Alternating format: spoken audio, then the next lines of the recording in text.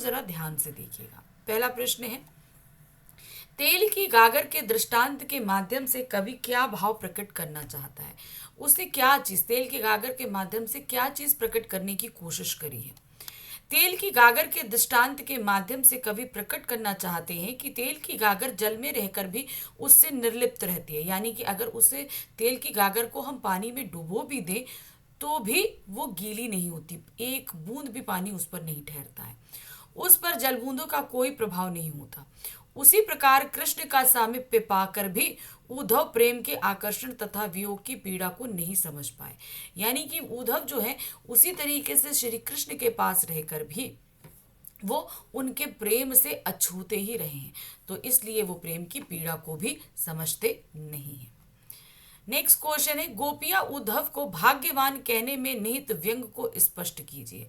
तो गोपियां क्या है, वो उद्धव को भाग्यवान कह रही हैं, लेकिन जबकि ये सिर्फ एक व्यंग है, वो उन्हें भाग्यहीन कहना चाह रही हैं कि वो श्री कृष्ण के पास रहकर भी उनके प्रेम को नहीं जान पाए, तो उनसे बड़ा भाग्यहीन कौन नहीं है। गोपियों द्वारा उद्धव को व्यंग से में भाग्यवान कहा गया है। भाग्यवान कहने में व्यक्योत्तरी अलंकार का यहाँ पर प्रयोग किया गया है, जिसमें कहा कुछ जाता है और वास्तविक अर्थ कुछ और होता है। गोपियां उद्धव में भाग्यवान कहकर प्रशंसा करती हुई प्रतीत होती हैं, परंतु वास्तव में वे उन्हें भाग्यहीन कह रही हैं। इसका कारण यह है कि उद्धव श्री कृष्ण के सानिध्य में रहकर भी उनके असीम प्रेम से वंचित हैं।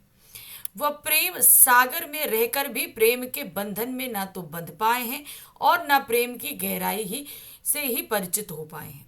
यह स्थिति उद्धव के लिए वास्तव ही दुर्भाग्यपूर्ण कही जाएगी। मतलब गोपियां जो श्री कृष्ण के पास रहीं और उनके प्रेम में इतनी बुरी तरीके से डूब गई कि उनका जीवन मरण सब कुछ श्री कृष्ण के साथ हो गया। और उद्धव को देखिए, वो तो श्री कृष्ण के पास इतने दिन तक रहे और तब भी उनके प्रेम से वंचित रहे, तो उनसे बड़ा जो दुर्भाग्यपूर्ण आदमी कोई हो ही नहीं सकता।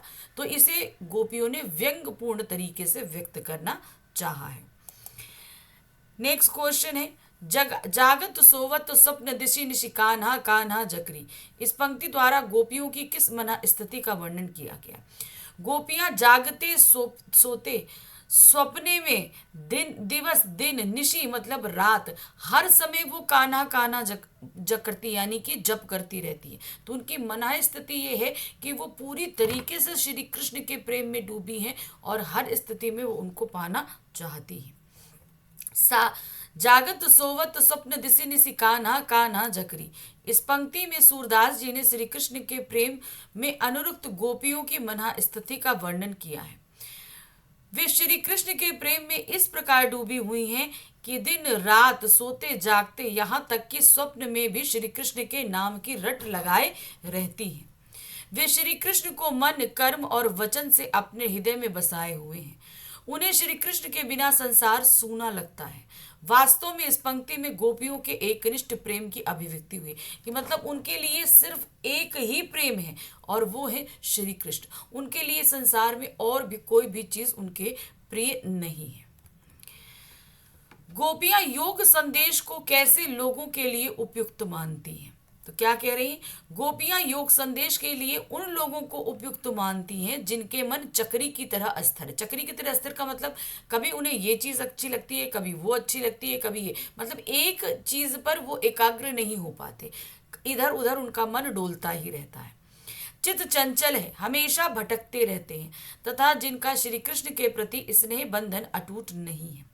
गोपियां तो स्वयं पहले से श्री कृष्ण प्रेम के प्रति एकाग्रचित हैं। उनका प्रेम तो एकाग्रचित है, एक ही जगह है, उनका मन तो इधर से उधर जाता ही नहीं है। तो उनके मन ना तो चंचल हैं और ना भ्रमित और अस्थिर लोगों को ही योग की शिक्षा की आवश्यकता पड़ती है। जो लोग थोड़ा सा डाउट में होते हैं और जिनका मन एक जगह स्थिर नहीं होता, ऐसे ही लोगों को किसका, योग के संदेश की आवश्यकता पड़ती है। पांचवा प्रश्न है, उद्धव के व्यवहार की तुलना किस किस से की गई है। अब उन्होंने कमल के पत्ते, तेल की गागर, इन सब से की है गोपियों ने। देखिए, उद्धव के व्यवहार की तुलना कमल के पत्ते और तेल लगी गागर से की है। उद्धव का व्यवहार उस कमल के पत्ते के समान है जो जल में उत्पन्न होने पर भी जल के प्रभाव से रहित है। उनका व्यवहार उस तेल लगी गागर के समान है जो जल में होने पर भी वह जल की बूंद का स्पर्श पाकर भी उसके प्रभाव से रहित रहती है।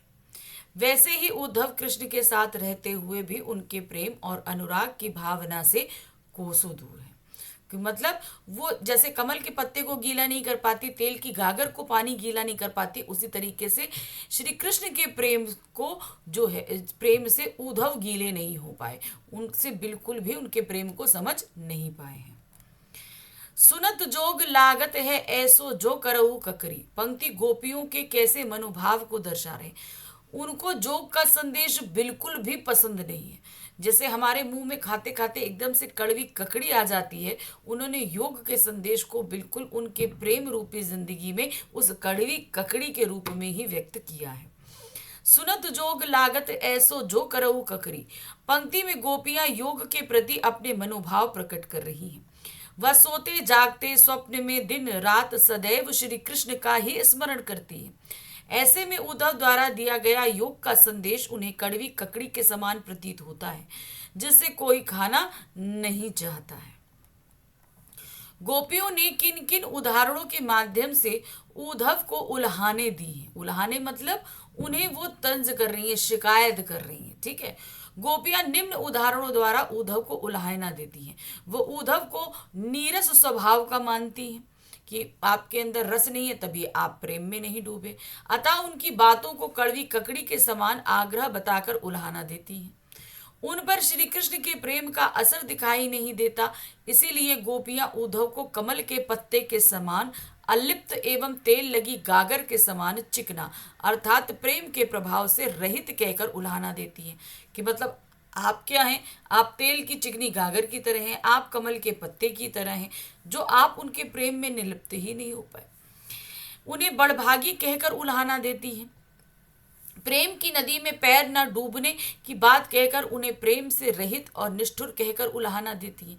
मतलब उन्हें तरह तरह से उल्हाना दे रही है। पूरे पदों में आप देखेंगे उसे उन्हें किसी न किसी तरीके से उनको व्यंग ही कर रही हैं कि आप उनके प्रेम में बिल्कुल डूब न पाए, पड़ न पाए, ये बात कही गई है। दूसरों को नीति की सीख देने वाले कृष्ण स्वयं अनीति का आचरण करने लगे। गोपियों ने ऐसा क्यों कहा? क्यों उन्होंने कहा कि पहले वो दूसरों को तो बड़ा अच्छा आचरण और सीख देते रहे, लेकिन अब वो खुद क्या है, अनीति कर रहे हैं। ऐसा क्यों कहा? क्योंकि उन्होंने जब वो मथुरा जा रहे थे तो ये बात उन्होंने गोपियों से प्रॉमिस करी थी, वादा किया था कि हम लौट कर आएंगे, लेकिन उन्होंने अनीति क्या करी, अपने उस वादे को तोड़ दिया। वो खुद नहीं आए और ऊपर से प्रेम भरा संदेश भी नहीं भेजा, उन्होंने योग का संदेश भेज दिया, जिससे क्या हुआ, उनको तकलीफ हुई। तो वो अब एक राजा बन चुके हैं और राजा होकर प्रजा को तकलीफ देना अनीति की बात है। दूसरों को नीति की सीख देने वाले श्री कृष्ण स्वयं अनीति पर चलने लगे हैं, ऐसा गोपियों ने इसलिए कहा क्योंकि श्री कृष्ण ही उन्हें प्रेम की महत्ता बताकर प्रेम अपनाने के लिए प्रेरित करते थे। प्रेम की सार्थकता को पुष्ट करते हुए वे स्वयं भी प्रेम में मग्न रहते थे। लेकिन अब वही श्री कृष्ण प्रेम के आदर्श रूप को छोड़कर ज्ञान एवं योग के संरक्षक बन गए हैं। उन्होंने गोपियों के लिए प्रेम को छोड़कर ज्ञान और योग का संदेश भेजा। दूसरों को नीति सिखाने वाले स्वयं अनीति के रास्ते पर चल पड़े। हमेशा दूसरों, जो लोग गलत रास्ते पे चले, उन्हें हमेशा सही रास्ते पर लेकर जाते थे, लेकिन आज श्री कृष्ण खुद गलत कार्य कर रहे हैं। ये बात उन्होंने यहाँ पर कही है। गोपियों को कृष्ण में ऐसे कौन से परिवर्तन दिखाई दिए जिनके कारण वे अपना वन वापस पा लेने की बात कहती हैं। अब वो क्या कह रही हैं कि हमने श्री कृष्ण में परिवर्तन देखा। अब वो परिवर्तन कौन है, कौन से हैं जिसके कारण वो श्री कृष्ण से अपना दिल वापस ले लेना चाहती हैं। गोपियां जब उद्धव द्वारा श्री कृष्ण के भेजे गए ज्ञान एवं योग के संदेश को सुनती हैं तो उन्हें लगता है कि मथुरा पहुंचकर उनका हृदय परिवर्तित हो गया। उनका मतलब श्री कृष्ण का। वे सरल हृदय के ना रहकर कठोर राजनीतिज्ञ बन गए हैं। पहले सरल हृदय के थे, अब राजनीति आ गई, यानी कि अब वो और चतुर हो गए एवं राजनीति की चालें चलने लगे हैं। तभी तो उन्होंने ज्ञान एवं योग का संदेश उनके लिए भेजा है, यानी कि गोपियों के लिए भेजा है। वे राजधर्म का पालन करने के स्थान पर अनीतिपूर्ण व्यवहार करने लगे हैं। तो राजधर्म का पालन क्या होता है कि राजा हमेशा ये ध्यान रखे कि प्रजा के साथ कभी गलत ना हो और वो खुद भी गलत ना करे। तो यहाँ पर उन्होंने वो राजधर्म छोड़ दिया और अनीतिपूर्ण कार्य कर रहे हैं। अब उन्हें उनके प्रेम की रत्ती भी परवाह नहीं है। इसीलिए गोपियां श्री कृष्ण से अपना वन वापस पा लेना चाहती कि हमने जिसको मन दिया था उसे प्रेम की कदर थी, लेकिन अब वो जो मथुरा चले गए हैं उन्हें प्रेम की कोई कदर नहीं है।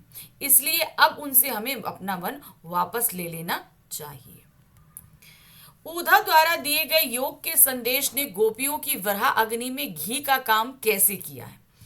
घी का काम मतलब, अब घी का काम क्या होता है? अग्नि में घी डालो तो वो और प्रज्वलित हो जाती है।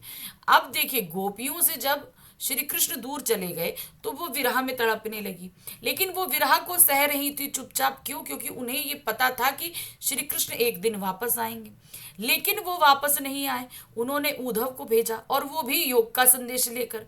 तो अब उनकी वो विरह अग्नि जो प्रेम के संदेश या श्री कृष्ण के आने से शांत होती, उसमें योग के संदेश ने घी का काम किया। वो विरह अग्नि और ज्यादा बढ़ गई। गोपियों को श्री कृष्ण पर यह पूर्ण विश्वास था कि वे एक ना एक दिन ब्रज वापस लौटेंगे, किंतु श्री कृष्ण से सब न आकर उद्धव के साथ योग संदेश भेजा। उस योग संदेश को प्राप्त कर गोपियां बहुत अधिक विरहाकुल हो गई, यानी और ज्यादा विरह में तड़पने लगी। वे विरह अग्नि में और अधिक दग्ध हो गई। इस योग संदेश ने उनकी विरह अग्नि में घी का काम किया। कृष्ण के आने की आशा को समाप्त कर विरह को इस तरह बढ़ाया जिस तरह घी अग्नि को और अधिक प्रज्वलित करता है। गोपियों ने कृष्ण के प्रति अपने प्रेम की गहनता को किस प्रकार प्रकट किया है? सूरदास रचित पदों के आधार पर बताइए। उन्होंने क्या बताया है कि गोपियां जो हैं वो श्री कृष्ण को बहुत गहनता से प्यार करती हैं। तो इसको उन्होंने हारिल पक्षी और लकड़ी के माध्यम से बताने का प्रयास किया है। गोपियों ने श्री कृष्ण के प्रति अपने प्रेम की गहनता को प्रकट करने के लिए स्वयं को हारिल पक्षी के समान बताया और श्री कृष्ण के प्रेम को हारिल की लकड़ी के समान बताया, जिसे वे दृढ़ता से पकड़े हुए हैं। वे मन, कर्म और वचन से श्री कृष्ण को अपने हृदय में धारण किए हुए हैं। वे श्री कृष्ण के प्रेम में उस तरह से बंधी हुई हैं जिस तरह से गुड़ से चींटी चिपटी रहती है। श्री कृष्ण के प्रति अगाध प्रेम के कारण ही वह विरह वृथा को सहन कर रही हैं। इस प्रकार गोपियों ने श्री कृष्ण के प्रति अपनी प्रेम की अनन्यता एवं गहनता को पुष्ट किया है। अगला प्रश्न है, सूरदास रचित पदों के आधार पर गोपियों के वाक् चातुर्य की विशेषताओं का उल्लेख कीजिए। वाक् चातुर्य यानी कि वो बात करने में बहुत ही निपुण है, हर तरीके से बातों को घुमा फिरा कर बता देती है। गोपियों का श्री कृष्ण के प्रति एकनिष्ठ प्रेम है। श्री कृष्ण के परम मित्र उद्धव उन्हें ज्ञान और योग संदेश देते हैं। गोपियां अपने वाक् चातुर्य से उन्हें परास्त कर देती हैं। उनके वाक् चातुर्य की कुछ विशेषताएं इस प्रकार है। पहली है सरलता। गोपियों का हृदय सरल है और वे अपने सरल हृदय से योग का खंडन करती हुई श्री कृष्ण के प्रति अपने अनन्य प्रेम को प्रकट कर रही हैं। मतलब सीधे सीधे वो बात बोल रही है, इधर से घुमा फिरा कर नहीं बोल रही है कि वो प्रेम करती हैं। ये बात उन्होंने उद्धव से सीधे सीधे बात कही है। नेक्स्ट है सहजता और स्पष्टता। गोपियां बहुत ही सहज और स्पष्ट शब्दों में उद्धव के द्वारा दिए गए योग संदेश को कड़वी, ककड़ी तथा रोग की भांति बताती है। अब कोई हमारे लिए कुछ लेकर आए, उसके साफ हम उसको कंपेयर ऐसे कर दें कि जो बिल्कुल भी अच्छा नहीं हो। तो उन्होंने ये चीज़ नहीं देखी कि यहाँ पर उद्धव क्या कह रहे हैं। उनको जो चीज़ लगी उन्होंने सहजता से उसको स्पष्ट रूप से बयां कर दिया। तार्किकता यानी कि तर्क देना। गोपियां तर्कों द्वारा योग का खंडन कर प्रेम के महत्व को स्पष्ट करती। उन्होंने तर्क दिया कि भाई ये कड़वी ककड़ी है, ये उनको दीजिए जिनके मन चंचल है, हमारा तो मन एकाग्र है। तो उन्होंने तर्क प्रस्तुत करके उस योग के संदेश को लेने से मना कर दिया। व्यंग्यात्मकता। हर जगह क्या है, वो सूक्ति बाण चला रही हैं, व्यंग कर रही हैं। गोपियों को उद्धव द्वारा दिए गए योग संदेश पर उद्धव को बड़भागी कहकर उन पर व्यंग करती हैं। यहाँ तक कि वे श्री कृष्ण को भी अपने व्यंग का आधार बनाती हैं। तो मतलब एक तरीके से वो सूक्ति बाण चला रही हैं उद्धव पे भी और श्री कृष्ण पर भी। तो यहाँ पर गोपियों का प्रेम और श्री कृष्ण किस तरीके से उनसे दूर हो गए, ये सारी विरह से युक्त ये जो पद थे जो लिखे थे सूरदास जी द्वारा, उन सभी पदों के हमने कुछ मोस्ट इंपॉर्टेंट क्वेश्चन यहाँ पर किए। कुछ मोस्ट इंपॉर्टेंट क्वेश्चन यानी कि अति महत्वपूर्ण प्रश्न करते हैं। सबसे पहला प्रश्न है हमारे पास, गाधी सुत किसे कहा गया? गाधी सुनु या गाधी सुत किन्हें कहा गया है? वे मुनि की किस बात पर मन ही मन मुस्कुरा रहे हैं? तो यहाँ गाधी सुत या गाधी सुनु विश्वामित्र जी को कहा गया है। गाधी सुत मुनि विश्वामित्र को कहा गया है। परशुराम आत्म प्रशंसा में विश्वामित्र जी की ओर देखकर कह रहे थे कि वे उस उद्दंड बालक यानी लक्ष्मण को केवल उनके कारण छोड़ रहे हैं, यानी कि वो विश्वामित्र जी की बहुत ही इज्जत करते हैं, बहुत ही सम्मान करते हैं, इसलिए वो लक्ष्मण को छोड़ रहे हैं, वरना अपने फरसे से उसका वध करके गुरु के ऋण से उऋण हो जाते।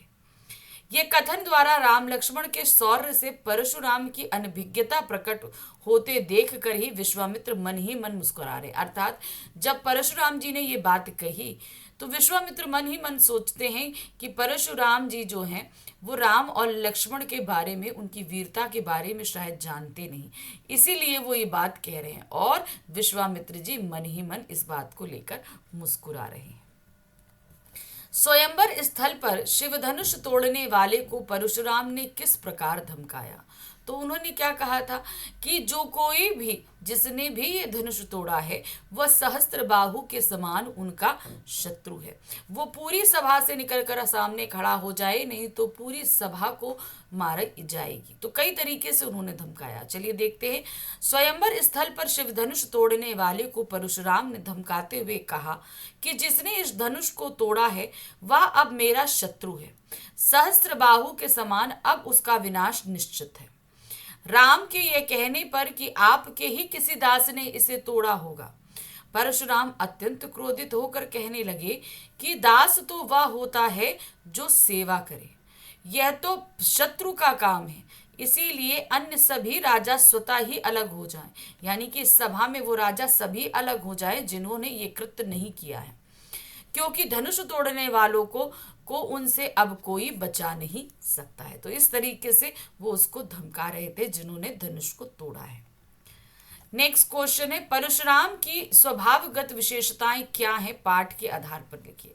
तो हमने यहाँ परशुराम जी को बहुत क्रोध करते हुए, बाल ब्रह्मचारी, सारी चीजों में देखा, तो अब उन्हीं के स्वभाव की कुछ विशेषताओं को यहाँ हमें लिखना है। तो देखिए क्या है, परशुराम के स्वभाव में अनेक विशेषताएं दृष्टिगोचर होती हैं। वे अत्यंत क्रोधी थे, उन्हें हर छोटी सी बात पर गुस्सा आ जाता था और वे सबके समक्ष अपने गुस्से पर नियंत्रण नहीं रख पाते थे। वे दृढ़ निश्चयी थे, उन्होंने इस पृथ्वी को अपने क्रोध के कारण अनेक बार क्षत्रिय विहीन कर दिया था। वे अत्यंत धीर व शक्तिशाली थे, सभी राजाओं का विनाश करना कोई छोटा कार्य नहीं होता था उनके लिए। वे बाल ब्रह्मचारी और बड़बोले थे, मतलब ज्यादा बोलने वाले। वे अपनी शक्ति का प्रदर्शन करते थे और बढ़ चढ़ कर उसका बखान करते थे। उनमें विवेक का अभाव था, वे राम लक्ष्मण को पहचान न सके, अच्छाई और बुराई में अंतर न कर पाए। तो मतलब वो ज्यादा चीजों, मतलब क्रोधी होने के कारण वो अपने सामने जो लोग रहते थे उनको समझने में उन्हें बहुत समय लग जाता था। साहस और शक्ति के साथ विनम्रता हो तो बेहतर है। इस कथन पर अपने विचार राम लक्ष्मण परशुराम संवाद पाठ के आलोक में लिखिए। तो यहाँ ये चीज जो है दो लोगों पर होती है। जो साहस और शक्ति दोनों के पास थी, यानी कि परशुराम जी के पास और लक्ष्मण जी के पास, लेकिन दोनों के ही पास विनम्रता नहीं थी। तो वही चीज है, साहस और शक्ति दोनों ही मानव के अच्छे गुण हैं। विनम्रता भी अपने आप में एक महत्वपूर्ण गुण है। यदि व्यक्ति में साहस व शक्ति के साथ विनम्रता भी हो तो सोने पे सुहागा होता है। राम में ये तीनों गुण थे, जबकि परशुराम में साहस व शक्ति तो कूट कूट कर भरी थी पर विनम्रता नहीं थी। कोई भी साहसी व्यक्ति विनम्रता को अपनाकर प्रशंसनीय व सबका प्रिय बन सकता है, लेकिन विनम्रता के अभाव में साहस दुस्साहस में परिवर्तित हो जाता है। विनम्रता साहस व शक्ति पर अंकुश लगाकर उसे उद्दंड होने से रोकती है। मतलब जब हमारे पास साहस और शक्ति हो तो हम अपने आप को अहंकारी समझने लगते हैं, हमसे बड़ा कोई नहीं होता। लेकिन अगर विनम्रता होती है तो हमारे अंदर ये अहंकार भरने नहीं पाता है। अगला प्रश्न है, लक्ष्मण और परशुराम की चारित्रिक विशेषताओं में आप क्या अंतर पाते हैं? पाठ के आधार पर लिखिए। तो दो चरित्र के बारे में आपको कंपेयर करने के लिए बोला गया है, लक्ष्मण जी और परशुराम जी के बीच में। तो देखिए क्या है, तुलसीदास जी द्वारा रचित रामचरितमानस के लिए राम लक्ष्मण परशुराम संवाद में परशुराम महाक्रोधी, उग्र एवं अति आत्म प्रशंसक यानी अपने मुंह मियाँ मिट्ठू बनने वाले मनुष्य हैं। वे स्वयं को प्रचंड क्रोधी, महापराक्रमी, बाल ब्रह्मचारी एवं क्षत्रिय कुल का घातक बताते हैं। इस बड़बोलेपन के कारण उन्हें अपने बड़प्पन का भी ध्यान नहीं रहता। तभी वे लक्ष्मण से वाद विवाद कर बैठते हैं, जबकि बड़प्पन की निशानी यही है कि छोटों के प्रति विनम्र रहा जाए। इसके विपरीत लक्ष्मण के चरित्र में वाक् चातुर्य और तर्कशीलता जैसे गुण तो हैं, किंतु इनके साथ साथ उनमें बड़ों की बराबरी करने का दोष भी है। बड़े कौन? परशुराम, उनकी बराबरी करने का दोष है। वे ऐसे ऐसे व्यंग बाण छोड़ते हैं जिनसे परशुराम जी क्रोध के में उफन पड़ते हैं। इस प्रसंग के आधार पर यह कहना गलत ना होगा कि अगर श्री राम जैसे विनम्र और संयमशील व्यक्ति बीच में ना होते और विनम्रता के साथ परशुराम जी से क्षमा याचना ना करते तो जनक दरबार किसी अप्रिय घटना का साक्षी बन सकता था, यानी कि परशुराम जी जो हैं वो लक्ष्मण का वध भी कर सकते थे। तो ये होता अप्रिय घटना। अगला प्रश्न है, आयमय खंड ना उखमय, क्या है उखमय में से क्या अभिप्राय है और ये कथन किसके लिए कहा गया है? तो देखिए, अयमय खंड ना उखमय, ये कथन मन ही मन मुनि विश्वामित्र उस समय सोचते हैं जब परशुराम बड़बोलेपन में कहते हैं कि वे पल भर में लक्ष्मण को मार डालेंगे। परशुराम को यह कहते देख वे सोचते हैं कि क्रोध में परशुराम जी ने कितनी सरलता से यह कह दिया कि वे अपने फरसे से लक्ष्मण को मार डालेंगे, किंतु उन्होंने यह विचार नहीं किया कि जिस बालक को वे गन्ने के रस की खाड़ समझ रहे हैं, यानी कि गन्ने के रस के डंडे के समान समझ रहे हैं, वह लोहे की बनी खाड़ है, अर्थात वह लोहे की बनी तलवार है, अस्त्र के समान है, जिसे काट पाना सरल नहीं है। तो परशु ये विश्वामित्र जी अपने मन में सोच रहे हैं कि भाई वो उनको लक्ष्मण को सोच रहे हैं कि वो बहुत ही नाजुक सा लड़का है, हम इसको अभी ढेर कर देंगे, हम इसके ऊपर अस्त्र चलाएंगे, उसको मार देंगे। लेकिन विश्वामित्र जी मन में सोचते हैं कि नहीं, वो गन्ने की बनी हुई कोई ऐसी नाजुक सी तलवार नहीं है रस भरी, वो क्या है, वो लोहे की बनी तलवार है। ये चीज अभी परशुराम जी नहीं जानते हैं और मन मन विश्वामित्र जी ये सोचकर हम मुस्कुरा भी रहे हैं। लक्ष्मण कुंभावतियां और तर्जनी के उदाहरण से अपनी किस बात को सिद्ध करना चाहते हैं? वो ये बात सिद्ध करना चाहते हैं कि परशुराम जी बार बार उन्हें धमकी देकर डराने की कोशिश कर रहे हैं, तो जो लक्ष्मण है वो कमजोर नहीं है, कद्दू के फूल के समान कमजोर नहीं है कि एक तर्जनी देखकर यानी कि एक उंगली देखकर वो डर जाएंगे। लक्ष्मण कुंभावतिया और तर्जनी के उदाहरण से ये स्पष्ट करना चाहते हैं कि वे कद्दू के फूल से बने कोमल फल के समान नहीं हैं, जो तर्जनी उंगली के दिखाने से ही मुरझा जाएंगे। वे एक शूरवीर और क्षत्रिय वंशी हैं, अतः वे परशुराम के फूंक मारने से उड़ नहीं जाएंगे। वे पर्वत के समान कठोर, अडिग और शक्तिशाली हैं, अतः परशुराम व्यर्थ ही डींगे मारकर उन्हें डराने धमकाने का प्रयास ना करें। तो ये बात उन्होंने बोली कि हम भी कोई कमज़ोर नहीं है, कि आप अपनी तो बड़ाई इतनी कर रहे हैं लेकिन हम भी कोई कमज़ोर नहीं कि जो है आपकी बातों मात्र से डर जाएं। परशुराम के साथ संवाद के संदर्भ में राम और लक्ष्मण में से किसका व्यवहार आपकी दृष्टि से प्रशंसनीय है और क्यों? किसका जो है वो प्रशंसनीय है और क्यों है, ये आपको बताना है। तो देखिए यहाँ पर क्या कहा गया है। पहले क्वेश्चन तो आपने समझ लिया ना कि परशुराम संवाद में के संदर्भ में राम और लक्ष्मण में से किसका व्यवहार आपकी दृष्टि से अधिक प्रशंसनीय है। ठीक है, परशुराम के साथ संवाद के संदर्भ में राम और लक्ष्मण में से राम का व्यवहार प्रशंसनीय लगता है, क्योंकि राम विनम्र और शांत रहकर ऋषि परशुराम को बातें सुनते हैं। ठीक है, विनम्र मनुष्य क्या होता है, पहले सामने वाले की बातें सुन लेता है, तब अपनी बात को प्रकट करने के लिए आगे आता है। जबकि लक्ष्मण उनकी बातें सुनकर दंग रह जाते हैं। लक्ष्मण की बातें परशुराम को क्रोध रूपी अग्नि में घी डालने का काम करती हैं। मतलब पर लक्ष्मण जी इसलिए दंग रह जाते हैं कि उनसे आज तक कभी ने इस तरीके से बात नहीं करी, और अब परशुराम जी जब बात करें तो दंग रह जाते हैं कि हमें कोई इतना नाजुक समझ रहा है कि हमको एक ऐसे फूंक मारेगा और मुड़ जाएंगे।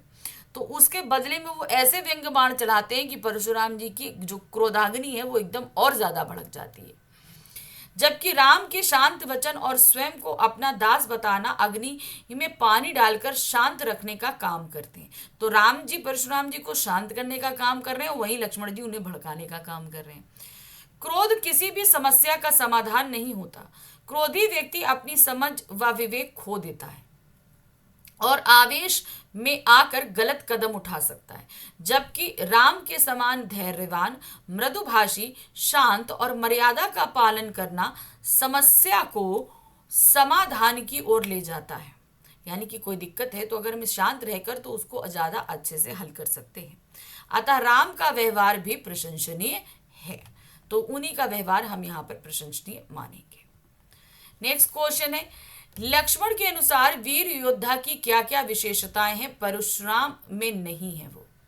तो उन्होंने वीर योद्धा बताइए कि वीर योद्धा क्या होते हैं। वो शत्रु को सामने देखकर लड़ते हैं, बोलते नहीं है। ठीक है, तो ये कई चीजें उन्होंने बताई थी। तो देखिए क्या है, लक्ष्मण के अनुसार वीर योद्धा की निम्नलिखित विशेषताएं परशुराम में नहीं है। वीरों के समान परशुराम वीरता का प्रदर्शन नहीं कर रहे, वे केवल उसका बखान कर रहे हैं। खाली मुंह से वीरता बोल रहे हैं लेकिन वो वीरता का प्रदर्शन नहीं कर रहे। वीर युद्ध भूमि में संग्राम कर अपना जौहर दिखाते हैं, ना कि सिर्फ डींगे हाँकते हैं। वीर अपनी प्रशंसा स्वयं नहीं करते, उनकी कथनी और करनी में अंतर होता है। यानी कि वो बोलते नहीं है, उनकी करनी ही उनकी प्रशंसा करती है। वीरों के समान धैर्य व विनयशीलता के गुणों का अभाव भी लक्ष्मण परशुराम में बताते हैं। वीरों के अंदर विनम्रता होती है, विनयशीलता होती है, ये गुण परशुराम जी में नहीं है। तो ये लक्ष्मण जी ने ये सारी बातें खुद बोली है। अगला प्रश्न है, परशुराम के क्रोध का मूल कारण क्या था, स्पष्ट कीजिए। परशुराम जी का मूल कारण क्या था कि उनके आराध्य शिव का धनुष तोड़ा गया था, इसीलिए वो उस सभा में उपस्थित हुए और वो भी इतने क्रोधित होकर। परशुराम के क्रोध का मूल कारण शिव धनुष का टूट जाना था। वह धनुष स्वयं परशुराम ने राजा जनक को दिया था। जब राम ने धनुष तोड़ा तो चारों ओर उसकी प्रशंसा होने लगी, परंतु परशुराम इससे क्रोधित हो गए थे। जब उन्होंने धनुष तोड़ने वाले के विषय में पूछा तो लक्ष्मण ने उनके क्रोध में घी डालने का काम किया। वे कहते हैं कि उनके लिए तो सभी धनुष एक समान हैं।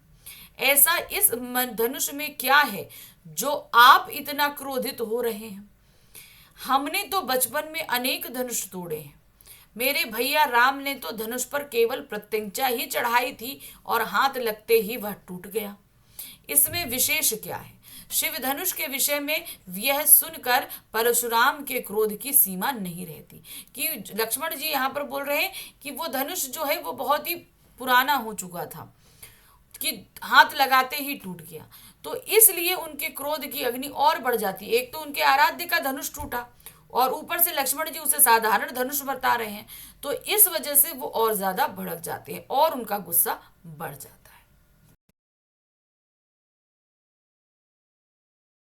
हुआ है, लेकिन ये कुछ अलग क्वेश्चंस हैं। पहला प्रश्न है, आत्मकथ्य या अपनी बात कहने से प्रायः विद्वान लोग किस कारण बचना चाहते हैं? क्या प्रसाद कवि भी इसी कारण से प्रश्न को टाल रहे थे? तो मतलब कि उनसे सभी लोग बोलते हैं कि आप जो है आत्मकथा लिखिए, तो वो नहीं लिखना चाहते और इस बात को वो टाल देते हैं। तो इसका कारण क्या है? प्रायः विद्वान लोग अपनी निजी अनुभूतियों को सार्वजनिक नहीं करना चाहते। निजी अनुभूतियों को गोपनीयता को बनाए रखने के लिए वे आत्मकथा लिखने से बचना चाहते हैं। कवि प्रसाद जी भी इसी कारण आत्मकथा लिखने के प्रश्न को टाल देते हैं कि नहीं, हम नहीं लिखेंगे अभी, क्योंकि अगर आत्मकथा लेखन में ईमानदारी बरती गई तो कवि या लेखक की अनेक निजी बातें सार्वजनिक हो जाएंगी। क्योंकि अगर कोई कवि अपनी पूरी आत्मकथा लिखता है तो हर किसी व्यक्ति के जीवन में कुछ निजी पल होते हैं, तो वो उसे उजागर करने पड़ेंगे। जिससे सभी लोग उसके बारे में जान जाएंगे, उसकी कमजोरियों के बारे में जान जाएंगे। और अगर वो झूठ लिखता है तो ये लेखन के साथ बेईमानी होगी, है ना। और यदि आत्मकथा ईमानदारी से नहीं लिखी गई तो यह लेखन के साथ अन्याय होगा। तो इसी बात के कारण जयशंकर प्रसाद जो हैं वो आत्मकथा लिखने के प्रश्न को टालते हैं कि हम अभी नहीं लिखेंगे। प्रसाद जी जीवन को कैसा और कितना बड़ा मानते हैं तथा उसके अनुपात में उसे जीवन की कथाएं कैसी हैं और स्पष्ट कीजिए। तो देखिए क्या है, प्रसाद जी जीवन को अत्यंत उदात्त और व्यापक मानते हैं, बहुत बड़ा मानते हैं। जीवन को एक व्यापक फलक का मानते हुए इसमें अत्यंत सुख दुख के क्षणों को शामिल करते हैं। इसमें भिन्नताओं के अवसर बहुत अधिक मिलते हैं। हमारे सभी के जीवन में जो है वो भिन्नताएं जो है वो बहुत ही रहती हैं, तो वैसे उनके जीवन में भी है। लेकिन ये दुर्भाग्य है कि प्रसाद जी का जीवन अधिक विस्तृत एवं तरह तरह की रंगीनियों को समेटे हुए नहीं है। मतलब उनके जीवन में बहुत कहते हैं रंगीनियां, मतलब खुशियां नहीं आई, दुख और तकलीफ ज्यादा रहे। वे अपने जीवन को रिक्त गागर मानते हैं जिसमें सुख एवं रस की एक भी बूंद नहीं है। वे अपने जीवन में रोमांचक क्षणों का अभाव महसूस करते हैं, मतलब एडवेंचरस उन्होंने कुछ किया नहीं, उनके जीवन में कोई ऐसा प्रिय रहा नहीं। वो जीवन का महत्वपूर्ण अंग होना चाहिए। प्रसाद जी का मानना है कि जीवन के विस्तृत फलक के अनुपात में उनके जीवन की कथाएं अत्यंत नगण्य हैं और जो हैं वे अत्यंत नीरस एवं निरर्थक है। तो उन्होंने जीवन को कैसा माना है, बहुत बड़ा माना है। तो उसके मुकाबले में यानी कि जीवन के मुकाबले में जो जयशंकर प्रसाद जी के जीवन में जो कुछ भी हुआ है वो ना के बराबर है। तो जब ना के बराबर में है तो उसको हम व्यक्त क्या करें, कुछ होना भी तो चाहिए व्यक्त करने और बताने के लिए। तो इसी कारण से उन्होंने आत्मकथा लिखने को मना भी किया है। अगला प्रश्न है, कवि किस बात को विडंबना मानते हैं, इससे उनके किन गुणों का आभास मिलता है। आत्मकथ कविता के आधार पर लिखिए। तो ध्यान समझ में आया, कौन सी बातें विडंबना है और उनके किन गुणों का आभास मिलता है। कवि आत्मकथा लिखने की विडंबना मानते हैं क्योंकि ईमानदारी से आत्मकथा लिखने का अर्थ है कि दूसरे लोगों के छल कपट व्यवहार का पर्दाफाश करना। अगर उन्होंने ईमानदारी से लिखा तो बहुत सारे लोगों ने उनके साथ अपनों ने ही छल कपट किया है, तो वो सारी चीजें भी उजागर करनी पड़ेंगी कि इस व्यक्ति ने उनके साथ ऐसा किया। इसमें ना तो कवि का हित है और न दूसरों का हित, क्योंकि अगर ये बात उजागर की जाती है तो लोग उनकी सरलता पर हंसेंगे और जो लोगों ने उनके साथ बेईमानी की है वो लोग उन पर भी हंसेंगे। तो ये दोनों के ही हित के लिए अच्छा नहीं है। सच्चाई व ईमानदारी से अपने जीवन का सार लिखने से उन सभी व्यक्तियों की कलई खुल जाएगी जिन्होंने छल कपट एवं विश्वासघात से एक कवि के जीवन के गागर का रिक्त कर दिया है, और साथ ही दुनिया कवि का भोलापन, निष्कपट व्यवहार तथा सरल स्वभाव का मजाक भी उड़ाएगी। इससे कवि के अपने कर्तव्य के प्रति ईमानदारी एवं निष्ठा संबंधी गुण का पता चलता है कि मतलब वो पूरी ईमानदारी से लिखना चाहते हैं। लेकिन अगर ईमानदारी से लिखते हैं तो वो जिंदगी के पहलू उजागर होते हैं जिन्हें प्रकट करना सही नहीं है। इसीलिए वो सीधे मना करते हैं कि हम नहीं लिखेंगे, क्योंकि हम उन क्षणों को किसी के साथ बांटना नहीं चाहते, क्योंकि इससे वो खुद भी हंसी का पात्र बनेंगे और उनके साथ जिसने छल कपट किया वो भी घृणा का पात्र बनेगा। इसलिए वो ये अपनी लेखन के प्रति अपनी ईमानदारी को व्यक्त कर रहे हैं। कवि प्रसाद ने चांदनी रात की गाथा को उज्जवल क्यों कहा है। चांदनी रात क्योंकि ये वो पल उन्होंने व्यक्त किए हैं जो उनकी प्रेमिका के साथ बहुत ही अंतरंग पल रहे, इसलिए उसे उज्जवल गाथा का नाम दिया है। कवि ने चांदनी रात की गाथाओं को उज्जवल गाथा कहा है क्योंकि वे कवि के निजी प्रेम के मधुर एवं अंतरंग क्षण हैं जो कवि ने अपनी प्रेमिका के साथ व्यतीत किए थे।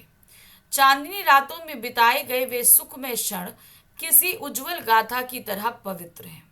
यह कवि के प्रेम की नितांत निजी संपत्ति है और यह इन गुणों को किसी के साथ बांटना नहीं चाहते।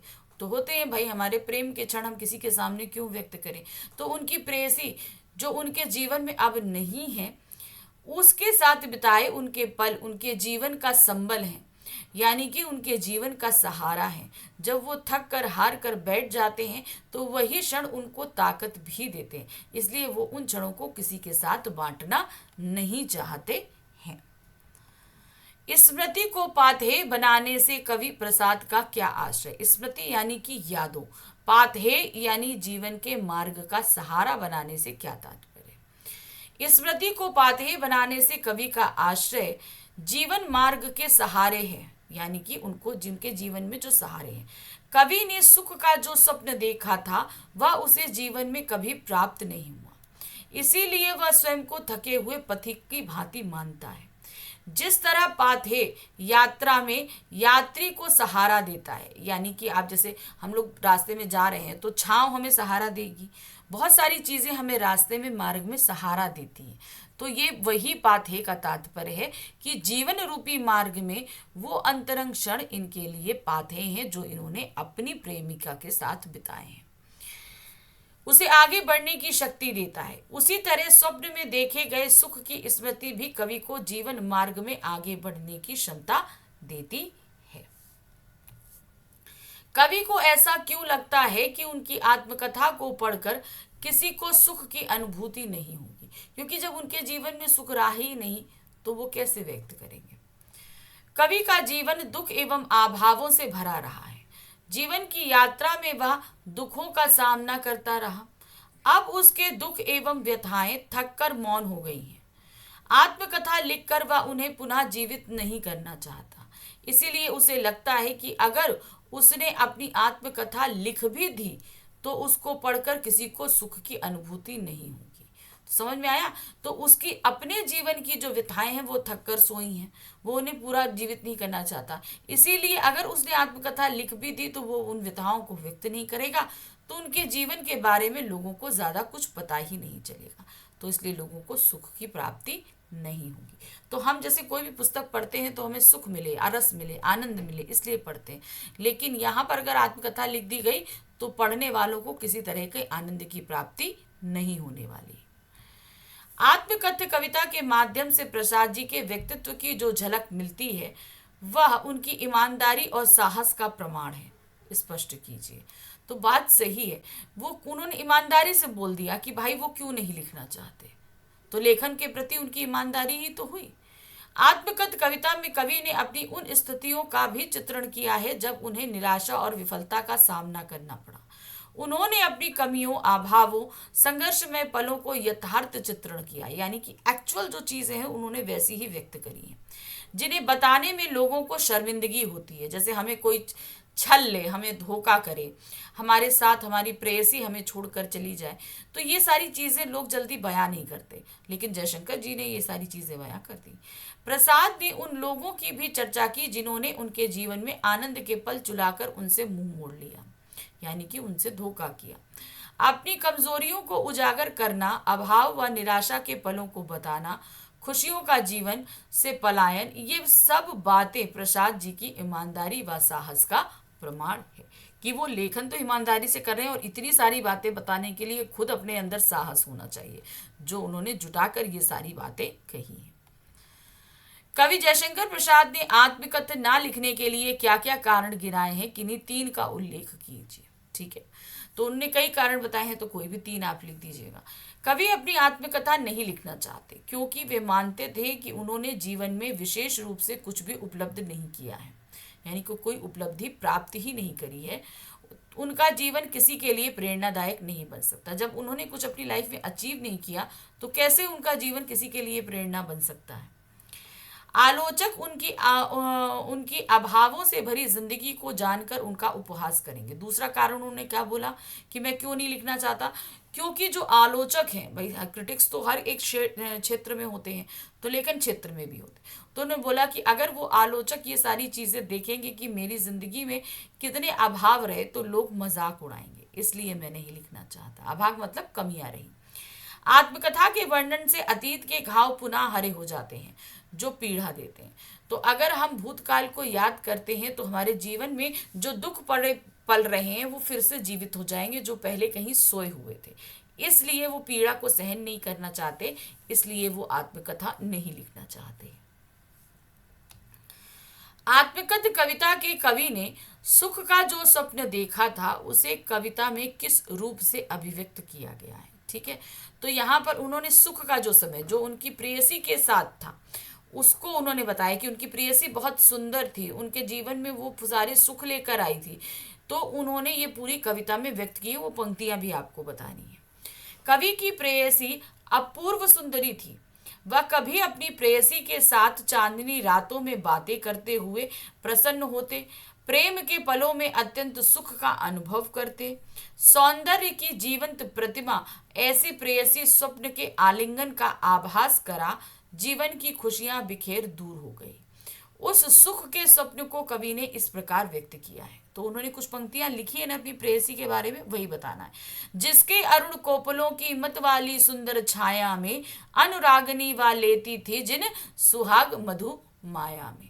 तो उनकी प्रेयसी की जो सुंदरता है वो इन्होंने इन पंक्तियों में बयां की है। अगला प्रश्न है, आत्मकथ कविता में छोटे से जीवन की कैसे बड़ी कथा मैं आज कहूं कहकर कवि जीवन को छोटा और कथा को बड़ी क्यों कह रहा है, स्पष्ट कीजिए। तो देखिए क्या है, लेखक अपने जीवन को अत्यंत साधारण मानते हैं। उसे लगता है कि उसके जीवन की कोई विशिष्ट उपलब्धि नहीं है जिसे वह लोगों को बता पाए, लोग उससे किसी प्रकार की प्रेरणा ग्रहण कर सकें। सामान्य जीवन की कोई महत्वपूर्ण गाथा नहीं है, इसीलिए कवि ने जीवन को छोटा और कथा को बड़ा कहा है, क्योंकि उनके जीवन की कथाएं क्या है वो बहुत छोटी है। उनके जीवन में कुछ ऐसा घटित ही नहीं हुआ, तो इसीलिए उन्होंने जीवन को छोटा और कथाओं यानी कि कहानियों को बड़ा कहा, उनको समझने और बनाने के लिए। ठीक है, पहला प्रश्न है हमारे पास में, अट नहीं रही कविता में किस ऋतु का वर्णन है और ऐसी कौन सी चीज है जो अट नहीं रही? तो किसका वर्णन किया गया है? ऋतु है आपकी वसंत ऋतु, मगर मास कौन सा है? फागुन मास।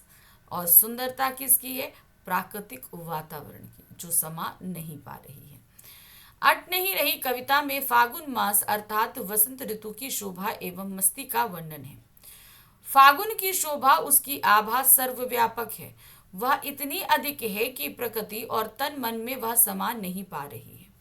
फागुन की शोभा, उसकी आभा से सृष्टि का कण कण शोभायमान है, यानी कि चारों तरफ इतनी सुंदरता फैली हुई है कि उसको हम लोग जितना भी देख रहे हैं, सोच रहे हैं अपने अंदर समा लें, देख लें, लेकिन वो समा नहीं पा रही है। नेक्स्ट क्वेश्चन है, फागुन की आभा कैसी है और अट नहीं रही कविता में उसकी स्थिति कैसे व्याप्त हुई है, स्पष्ट कीजिए। चलिए देखते हैं। फागुन की आभा सर्वव्यापक है, यानी कि सब जगह फैली हुई है, जो सृष्टि के कण में व्याप्त है। चारों ओर का वातावरण सुगंधित है। फागुन की आभा एवं उसकी सुंदरता की व्यापकता के दर्शन पेड़ पौधे फूलों आदि से होते हैं। मतलब भाई प्राकृतिक वातावरण से ही तो हमें पता चलेगा कि प्रकृति कितनी सुंदर लग रही है। अट नहीं रही कविता में फागुन के सौंदर्य को स्पष्ट करते हुए कहा गया है कि चारों ओर फागुन का सौंदर्य झलकता है। सारा वातावरण पुष्पित और सुगंधित हो रहा है, क्योंकि बसंत ऋतु आती है। क्योंकि बसंत को क्या बोला जाता है? ऋतुराज बसंत, यानी कि ऋतुओं में भी ऋतुओं के राजा होते हैं बसंत। क्योंकि इस समय जो है क्या होता है, प्रकृति अपने चरम पर होती है। अब इतनी ज्यादा सुंदरता होती है, हरियाली होती है, रंग बिरंगे फूल होते हैं, वातावरण में सुगंध होती है, और इन सभी के साथ पशु पक्षी भी बहुत ही प्रसन्न होते हैं। तो इसीलिए कहा गया है कि ये सुंदरता अट नहीं पा रही है। मतलब स्थिति ये है कि इतनी सुंदरता है कि वो पूरे प्रकृति प्रवेश में समा ही नहीं पा रही है। उत्साह कविता किस प्रकार की रचना है? तो जैसे हमने बोला कि ये एक आवाहन गीत है जो बादलों को बुला रही है। बादल जब ग्रीष्म ऋतु के बाद आते हैं तो वो हमको हमेशा सुख प्रदान करते हैं, प्राकृतिक वातावरण में बदलाव लेकर आते हैं। उसी तरीके से बादल यहाँ क्रांति अर्थात बदलाव का भी प्रतीक है। जब समाज में बहुत बुराइयां और विषमताएं व्याप्त हो जाएं तब किसी न किसी तरह की क्रांति होती है, और ये क्रांति समाज में बदलाव लेकर आती है। तो ये बादल जो है वो क्रांति के प्रतीक के रूप में भी देखे गए हैं। उत्साह एक आवाहन गीत है जिसमें कवि ने बादलों का आवाहन किया है कि वे उत्साह पूर्वक बरसकर जन जन की व्याकुलता दूर करें। यह आवाहन दो रूपों से अभिव्यक्त हुआ है। कवि चाहता है एक और बादल गरज कर समाज में क्रांति की चेतना एवं उल्लास का संचार करें, समाज को नवजीवन प्रदान कर गतिशीलता प्रदान करें। दूसरे रूप में जल वर्षा कर गर्मी से पीड़ित धरती एवं लोगों की प्यास बुझाकर उन्हें शीतलता एवं संतुष्टि प्रदान करें। तो बादल क्या है कि एक तरफ गरज के लोगों को क्रांति के लिए बुला रहा है कि अब समाज में बदलाव की जरूरत है, और दूसरी तरफ वो बरसकर क्या कर रहे हैं, वो इस पृथ्वी में जितने भी लोग गर्मी से परेशान हैं अर्थात दुखों से परेशान हैं, उनके दुखों को दूर कर रहे हैं। कवि की आंख फागुन की सुंदरता से क्यों नहीं हट पा रही है? भाई अब अगर कोई चीज सुंदर होगी तो क्या हम अपनी आंख हटा पाएंगे? वही हाल यहाँ पर कवि के साथ में है। कवि की आंख फागुन की सुंदरता से इसलिए नहीं हट रही क्योंकि फागुन मास में प्राकृतिक का सौंदर्य अपनी चरम सीमा पर है। चारों तरफ हरियाली का वातावरण है, पेड़ पौधे रंग बिरंगे फूलों एवं पल्लवों से लद गए हैं। तो पेड़ पौधे कैसे? नए नए पत्तों और फूलों से लदे हैं। शीतल मंद सुगंध पवन सुहावने मौसम की सृष्टि करिए, ठंडी ठंडी हवा है, धीमे धीमे चल रही है और सुगंधित है, क्योंकि चारों तरफ वातावरण में जो फूल खिले हुए हैं उनकी सुगंध लेकर वो बह रही है। सर्वत्र प्रफुल्लता उल्लास एवं उत्साह का वातावरण है। फागुन के आगमन से प्रकृति नवजीवन से भर उठी है। ऐसे में फागुन का सौंदर्य आंखों में समा नहीं पा रहा है। चारों तरफ है कि भाई हम इधर देखते हैं तो इसको रख लें, दूसरी तरफ देखो तो और ज्यादा सुंदरता है, तो इस तरीके से वो उसको अपने अंदर समा ही नहीं पा रहे हैं। अट नहीं रही कविता में चारों ओर छाई सुंदरता देखकर कवि क्या करना चाहता है? अब इतनी सारी सुंदरता चारों तरफ छाई हुई है तो कवि करना क्या चाह रहे हैं? अट नहीं रही कविता में चारों ओर सुंदरता को देखकर कवि का मन अभिभूत हो रहा है। फागुन मास में प्रकृति नव पल्लव यानी कि नए पत्ते पुष्पों से सुशोभित हो रही है। हरियाली का वातावरण अनुपम दृष्टि की सृष्टि कर रहा है। कवि इस सौंदर्य में अपनी दृष्टि हटा पाने में असमर्थ है। मतलब इतनी सुंदरता है, वो सोच ले अपनी आंखें कहीं और कर ले तो वो हटा नहीं पा रहा है। वह इस सौंदर्य को निरंतर निहारता जा रहा है। इस सौंदर्य दर्शन में वह तृप्त है। तो एक तरीके से क्या है कि उनको ये सुंदरता इतनी अच्छी लग रही है कि वो उससे हटना ही नहीं चाहते, वो उसी में समाये रहना चाहते हैं। तो इसीलिए वो क्या नहीं करने में असमर्थ है, अपनी आंखें हटा ना पाने में असमर्थ हैं। अगला प्रश्न है, उत्साह कविता में नवजीवन वाले किसको कहा गया है और क्यों? तो नवजीवन कौन दे रहा है? यहाँ पर बादल दे रहे हैं। कौन है नवजीवन? यानी कि नया जीवन। नवजीवन वाले अर्थात नया जीवन देने वाले। अब बादल बरसेंगे तो क्या होगा? जो पेड़ पौधे मुरझाए हैं, जो लोगों गर्मी से इतना परेशान हैं, उन सभी को नया जीवन प्राप्त होता है। उत्साह कविता में कवि ने नवजीवन वाले बादलों के लिए प्रयुक्त किया है, क्योंकि बादल बरसकर दग्ध पृथ्वी के ताप को शांत करते हैं, प्रकृति में नवजीवन का संचार करते हैं। बादलों की फुहार प्रकृति में प्रफुल्लता का संचार करती है। पशु पक्षी पेड़ पौधे मनुष्य सभी जीवन में आनंद एवं उत्साह का संचार होता है। जीवन हरा भरा एवं उल्लास से परिपूर्ण बन जाता है। इसीलिए बादलों को नवजीवन कहना सर्व उपयुक्त है। तो जो यहाँ पर कवि ने उसे नवजीवन वाला कहा है ना, वो बिल्कुल ही सही है। अगला प्रश्न है, कवि निराला बादल से बरसने के स्थान पर गरजने के लिए क्यों कह रहे हैं? क्योंकि देखिए, गरजने का तात्पर्य क्या है? यहाँ पर सभी को उस बदलाव के लिए तैयार करना और क्रांति में शामिल करने के लिए है। तो यहाँ पर क्या बोला है? कवि समाज में क्रांति और उत्साह की भावना का संचार करना चाहते हैं। वह समाज में परिवर्तन एवं नवजीवन लाना चाहते हैं। इसके लिए वह बादल को क्रांति का सूत्रधार मानते हैं। क्रांति अर्थात बादल। तो कौन सूत्रधार करेगा? यानी कि बादल ही तो क्रांति लेकर आएंगे, बदलाव लेकर आएंगे। उसके माध्यम से जोश उत्साह का संचार करना चाहते हैं। बादल के गरजने से ही क्रांति का संदेश जन जन तक पहुंचेगा।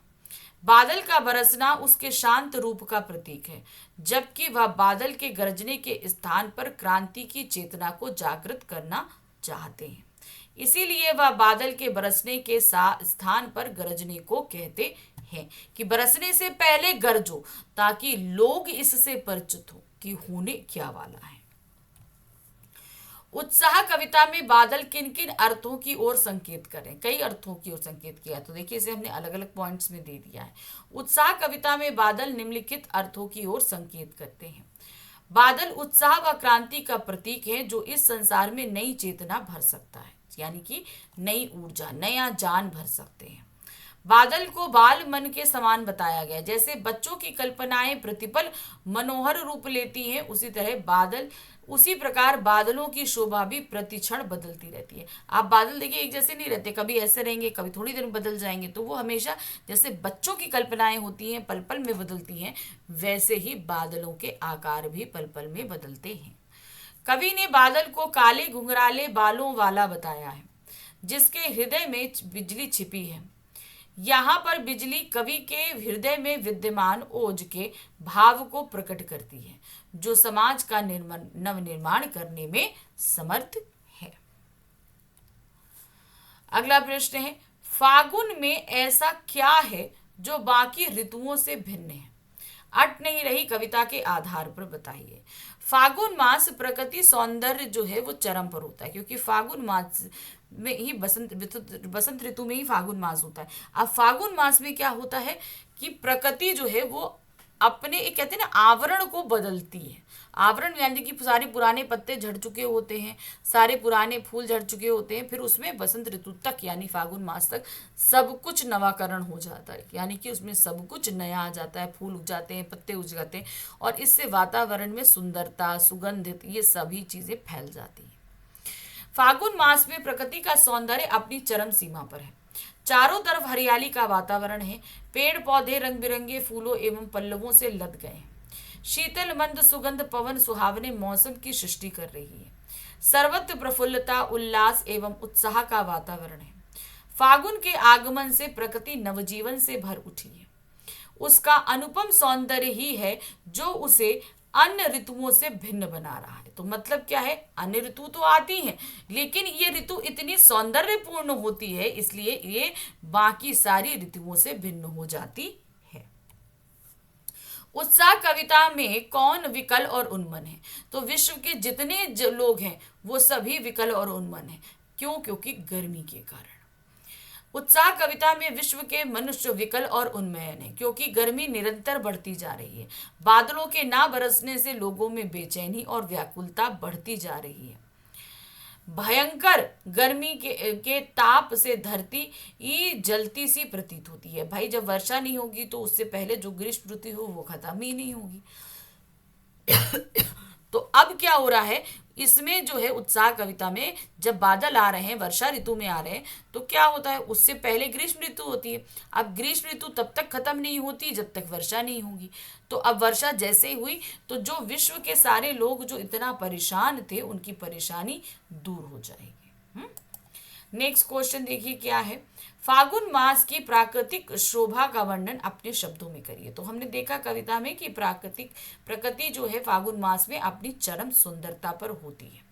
अब इसी सुंदरता को हमें अपने शब्दों में लिखना। तो देखिए क्या है, फागुन मास में प्रकृति की शोभा देखते ही बनती है। वसंत के आगमन से सर्वत्र हरियाली छा जाती है। वृक्ष, पेड़ पौधे नव पल्लव एवं पुष्पित पुष्पों से भर जाते हैं। भंवरे गुंजार करने लगते हैं, यानी कि अब फूलों के ऊपर भंवरे भी मंडराने लगते हैं। वातावरण सुगंध से भर उठता है। शीतल मंद सुगंध से युक्त हवा बहने लगती है। पर्यावरण प्रफुल्लित हो उठता है। सर्वत्र उल्लास एवं उत्साह का संचार होने लगता है। कविता का शीर्षक उत्साह क्यों रखा गया है? अब ये जो उत्साह कविता का शीर्षक यहाँ पे रखा गया, उत्साह क्यों है, अब आपको इसकी सार्थकता सिद्ध करनी है। सूर्यकांत त्रिपाठी निराला ने कविता का शीर्षक उत्साह इसलिए रखा है क्योंकि यह एक आवाहन गीत है, यानी कि बुलाने का गीत है।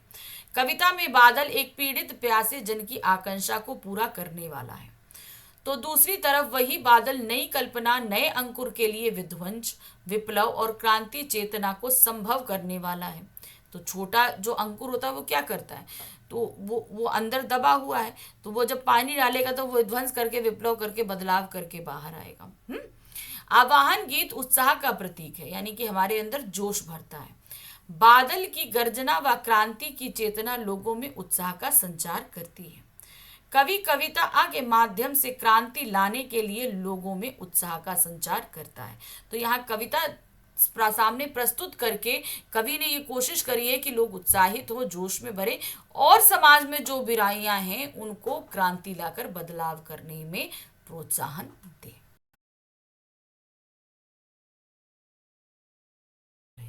ठीक है, सबसे पहला प्रश्न है, कवि ने शिशु और उसकी माँ को धन्य क्यों कहा है? यह दंतुरित मुस्कान कविता के आधार पर बताइए। तो कवि क्यों कह रहे हैं कि उसकी माँ दोनों ही धन्य हैं? क्योंकि उन्होंने जिन सुखद क्षणों का आनंद लिया है और जो वो कवि को दे रहे हैं, उससे ज़्यादा सुखद क्षण कोई और हो नहीं सकते। कवि ने शिशु और उसकी माँ को धन्य इसलिए कहा क्योंकि ये दोनों कवि के जीवन के सुखद क्षण देने वाले हैं। कवि के लिए शिशु की दंतुरित मुस्कान एक नया जीवन प्रदान करने वाली है। छोटे छोटे दांत निकले हैं, उसमें उसकी हंसी बहुत ही अनमोल लग रही है। कवि के जीवन में शिशु के नए नए दांतों वाली भोली, सरल और निश्चल मुस्कान एक नई ऊर्जा एवं प्राणों का संचार करने वाली है। इसीलिए वह धन्य है और धन्य उसकी माँ है भी, क्योंकि यदि बच्चे की माँ नहीं होती तो कभी बच्चे की मंद मंद मुस्काती छोटे छोटे दांतों से युक्त छवि नहीं देख पाता एवं ना उसे जान पाता। तो माँ ही एक बच्चे को इस दुनिया में लाती है और इस दुनिया से उसका परिचय कराती है। यहाँ तक कि उसके पिता से भी उसका परिचय उसकी माँ के द्वारा ही किया जाता है। यही चीज़ यहाँ पर जो है कवि ने कही है कि कवि एक पिता हैं और खुद उनके बच्चे से उनकी पहचान उसके बच्चे की माता ने ही कराया। तो इसी के लिए वो उन दोनों को धन्य मानते हैं और धन्यवाद कहते भी हैं। अगला प्रश्न है, यह दंतुरित मुस्कान पाठ में बाल मनोविज्ञान की छवियां बड़ी अनुपम हैं। कथन की सार्थकता सिद्ध कीजिए। देखिए, यहाँ पर हम एक बच्चे के संबंधित बात कर रहे हैं। बच्चे का जैसे किस तरीके से होता है, किसी को पहचान नहीं पाता तो उसे एक टक देखता रहता है, नज़र मिल जाए तो कभी मुस्कुराता है कभी नहीं मुस्कुराता, उसे कनखियों से भी देखता है। तो यहाँ पर इन सारी बातों से बाल मनोविज्ञान का पता चलता है। यह दंतुरित मुस्कान पाठ में शिशु कवि को पहचान नहीं पाता और यह स्वाभाविक है कि जब बच्चा किसी को पहचानता नहीं तब उसकी ओर वह अपलक यानी कि निर्निमेष देखता है, यानी कि लगातार देखता रहेगा। इसके अलावा जब कोई अपरिचित उसकी ओर निरंतर देखता है तो वह अपना ध्यान भंग करके इधर उधर देखता है और फिर थोड़ी देर में वह अपरिचित की ओर तिरछी नजर यानी कि कनखी से देखता है कि कहीं वह अपरिचित उसे देख तो नहीं रहा। यह एक बच्चे का मनोविज्ञान है जो 8 या 9 महीने का है। अतः इस पाठ में बाल मनोविज्ञान की छवियां यथार्थ में बड़ी अनुपम है। तो बच्चे आप सभी के घर में कहीं ना कहीं आप लोगों ने मिले होंगे। तो बच्चों के अंदर ये सारी चीज़ें बहुत होती हैं क्योंकि वो मन से एकदम निश्चल होते हैं, कोई छल नहीं होता। तो ये सारी चीज़ें उनके यहाँ स्वतः उनके चेहरे पर, उनके बिहेवियर में हमें दिखाई देती हैं। बच्चे की दंतुरित मुस्कान का कवि के मन पर क्या प्रभाव पड़ा? बच्चे की दंतुरित मुस्कान से कवि को आनंद की अनुभूति होती है। इस मुस्कान को देखकर कवि के मन में वात्सल्य भाव उमड़ने लगता है। उसे लगता है कि बच्चे की यह मुस्कान मृतक में भी प्राणों का संचार कर सकती है, कठोर से कठोर हृदय को पिघला सकती है और बांस तथा बबूल जैसे कठोर एवं सूखे पेड़ों में भी फूल खिला सकती है। उसे बच्चे की दंतुरित मुस्कान बहुत मनमोहक लगती है। तो उसने सिर्फ बच्चे की मुस्कान को मनमोहक नहीं बताया है, उसने ये भी बताया है कि उसमें बहुत शक्ति है जो लोगों के अंदर प्राणों को फूंकने का काम, उदास मन में उत्साह भरने का काम करती है। तो जब मुस्कान ऐसी है तो उसका प्रभाव कवि पर भी उतने ही प्रभावित रूप से पड़ा है। अगला प्रश्न है, फसल के उत्पन्न एवं फलदायी होने में मनुष्य के हाथों की क्या महिमा है?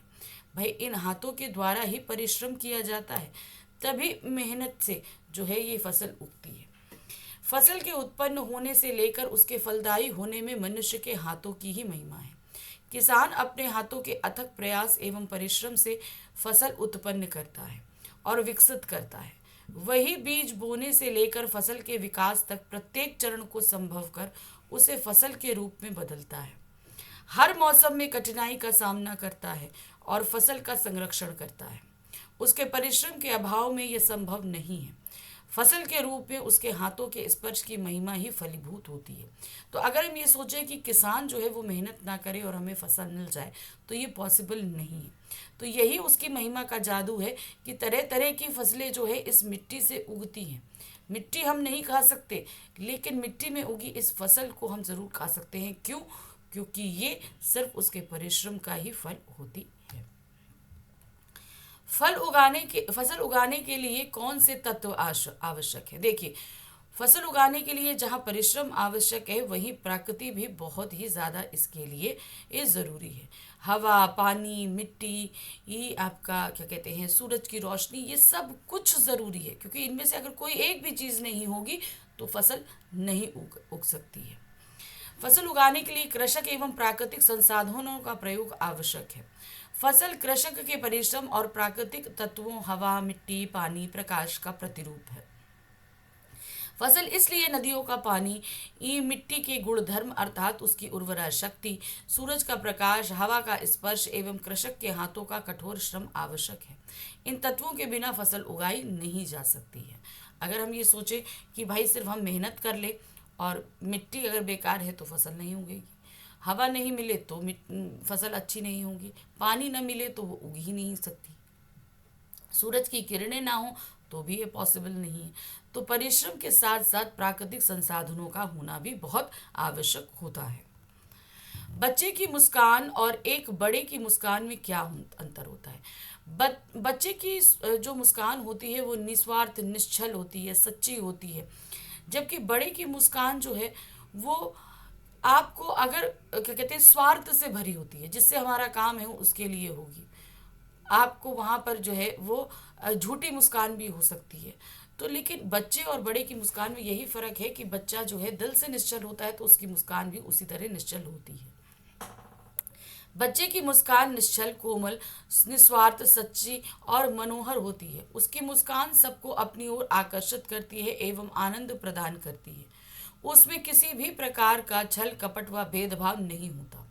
जबकि बड़ों की मुस्कान ईर्ष्या, द्वेष, कुटिलता, व्यंग, स्वार्थ, उपहास पूर्ण भावों एवं अर्थों से युक्त होती है। अलग अलग तरह की होती है बड़ों की मुस्कान, मौके के हिसाब से मौका परस्त होती है मुस्कान। ऐसी मुस्कान बनावटी एवं दिखावटी होती है, जिसमें कृत्रिमता, कुटिलता एवं अस्वाभाविकता का अंश विद्यमान रहता है। ऐसी मुस्कान उद्देश्यपूर्ण होने के पश्चात गायब हो जाती है। क्या होती है?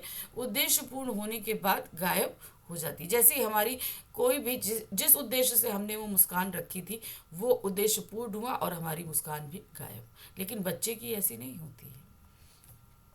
नदियों का पानी जादू का काम कैसे करता है?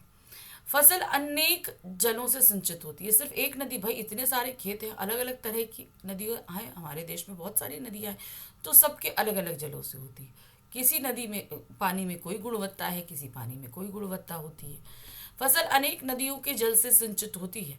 नदियों का जल फसल के रूप में परिणत होकर सामने आता है। मिट्टी के भीतर बोए हुए बीजों पर नदियों का पानी जादू का असर करता है।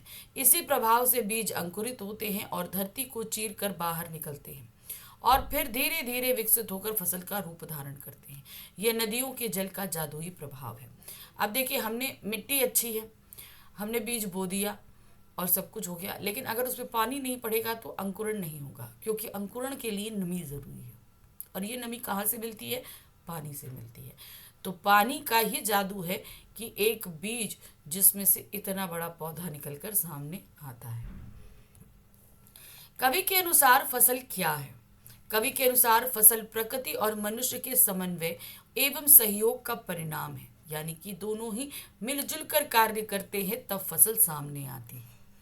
नदियों के पानी का जादू, मनुष्य के परिश्रमी हाथों का स्पर्श, मिट्टी की उपजाऊ शक्ति, उसका गुणधर्म, हवा का जीवनदायी तत्व एवं सूर्य की किरणों का रूपांतरण है। इन सब का मिश्रित रूप है फसल। तो फसल खाली एक का यहाँ पर कोई मेहनत नहीं है, यहाँ पर सबके मिलजुल कर हुए सहयोग का ही परिणाम होती है फसल। बच्चे की मुस्कान मृतक में भी जान कैसे डाल सकती है? देखिए, यहाँ पर मृतक लिटरली मर गया व्यक्ति नहीं है, ऐसा व्यक्ति जिसके अंदर से जीने की इच्छा खत्म हो जाती है। अब क्या होता है, जब जीने की इच्छा खत्म हो जाए तो वो किसी चीज़ पर ध्यान नहीं देता। तो ऐसे व्यक्ति के पास अगर ये बच्चा पहुंच जाए तो उसकी मुस्कान देखकर वो जो जीवन का उत्साह खो चुका व्यक्ति है वो भी हंसने के लिए मजबूर हो जाता है। उसे भी ये एहसास होता है जिस जीवन को हम समाप्त करना चाहते हैं, जहाँ से हम जाना चाहते हैं, उस जीवन में ऐसा बहुत कुछ है जो अभी देखना बाकी है। बच्चे की मुस्कान में इतनी प्रफुल्लता, इतनी जीवंतता होती है कि वह उदासीन एवं गंभीर चेहरे में भी प्रसन्नता भर देती है।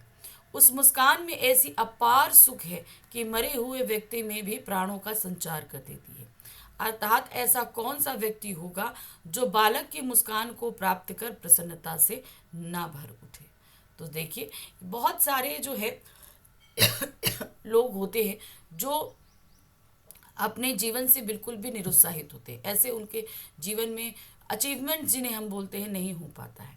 तो इस कारण से जो है वो लोग बहुत डिप्रेस हो जाते हैं और जीने की इच्छा उनके अंदर खत्म होती है।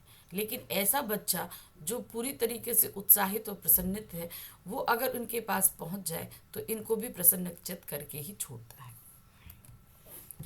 रूपांतरण है सूरज की किरणों का, सिमटा हुआ संकोच है हवा की थिरकन का। पंक्तियों का भाव स्पष्ट कीजिए। अब ये देखिए, हम सभी को पता है कि पेड़ अपना भोजन जो है वो सूर्य की किरणों से और हवा से बनाते हैं। मतलब कैसे? सूर्य की किरणों से भोजन बनाते हैं और पलते हैं, पोषते हैं, ठीक है, उसके प्रकाश से। वो इस वातावरण से कार्बन डाइऑक्साइड लेते हैं और ऑक्सीजन रिलीज करते हैं। तो इसी तरीके से क्या है, वो अपना भोजन कहाँ से ले रहे हैं? सूर्य की किरणों से। और हवा की थिरकन यानी कि सारा कार्बन डाइऑक्साइड लेकर हमें ऑक्सीजन दे रहे हैं। रूपांतरण है सूरज की किरणों का, सिमटा हुआ संकोच है हवा की थिरकन का। पंक्तियों द्वारा कवि यह स्पष्ट करना चाहता है कि फसल सूर्य की किरणों का बदला हुआ रूप है। पौधों पर जब सूर्य का प्रकाश पड़ता है तभी वे अपना भोजन बनाते हैं। इसी से फसल बढ़ती और विकसित होती है। हवा का स्पर्श फसल को जीवंतता प्रदान करता है। फसल को विकसित करने के लिए हवा की भी महत्वपूर्ण भूमिका है। हवा की थिरकन फसल को सजीवता प्रदान करती है। तो समझ में आया कि सूरज की रोशनी और हवा की थिरकन किस तरीके से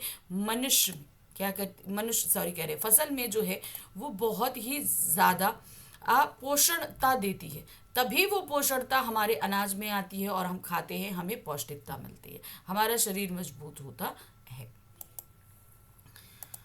नेक्स्ट क्वेश्चन है, यह दंतुरित मुस्कान कविता के आधार पर बच्चे के मुस्कान के सौंदर्य को अपने शब्दों में चित्रित कीजिए। तो यहाँ पर हमने पूरी कविता में कवि के द्वारा उस मुस्कान को तो चित्रित किया है, लेकिन अब इतना सारा चित्रण के बाद हम क्या देख रहे हैं, हम बच्चे की मुस्कान को कैसे लिख सकते हैं।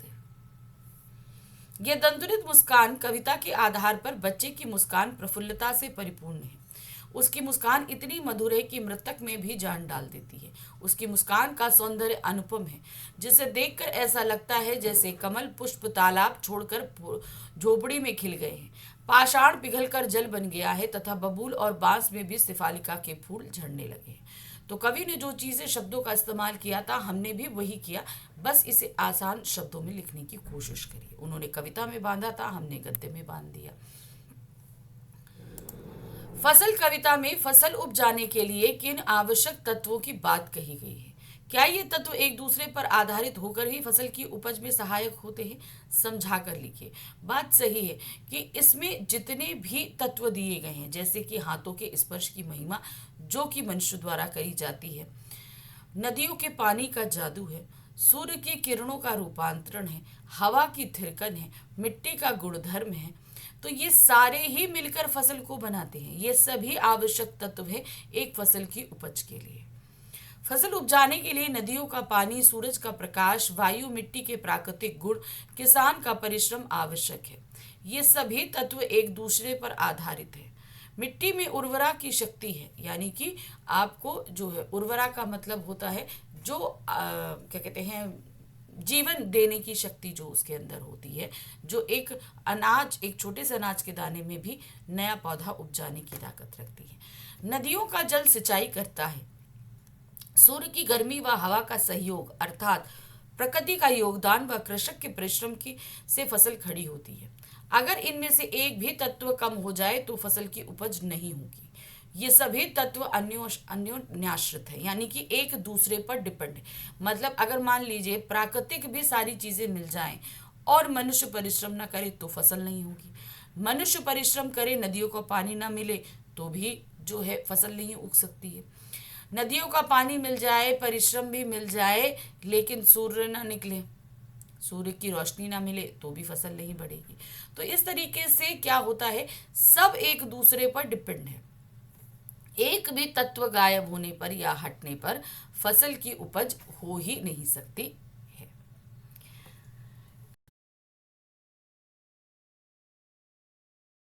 कोशिश भी इससे ज्यादा नहीं बनते, लेकिन जितने बने हैं मैंने कोशिश करी है सभी आपके लिए लेकर आऊं। पहला प्रश्न है, संगीतकार में त्याग की उत्कृष्ट भावना भरी है, पुष्टि कीजिए। देखिए, वो खुद अच्छा गा लेता है, सब कुछ करता है, लेकिन यहाँ पर वो किसी को साथ देने के लिए बैठा है, इसलिए उसके अंदर कहीं ना कहीं त्याग की भावना है। संगीतकार में त्याग की भावना कूट कूट कर भरी होती है। वह मुख्य गायक के स्वर को संभाल कर उसका साथ निभाता है। इस बात का ध्यान भी रखता है कि उसका स्वर मुख्य गायक से अधिक ऊंचा या उत्कृष्ट ना हो जाए। साथ तो दे रहा है, लेकिन साथ साथ ध्यान रखता है कि उसकी आवाज मुख्य गायक की आवाज से ऊंची नहीं होनी चाहिए, क्योंकि वो महफिल सजी है मुख्य गायक के लिए, तो इसलिए सभी उसकी ही आवाज को सुनना चाहेंगे। वह मुख्य गायक के दबदबे को बनाए रखना चाहता है। उसका स्वर थोड़ा क्षीण भी इसलिए ही होता है, यानी कि क्षीण मतलब धीमा, थोड़ा इसलिए होता है कि वो आप मुख्य गायक के दबदबे को बनाए रखना चाहता है। यह उसकी असफलता ना होकर उसकी मनुष्यता है।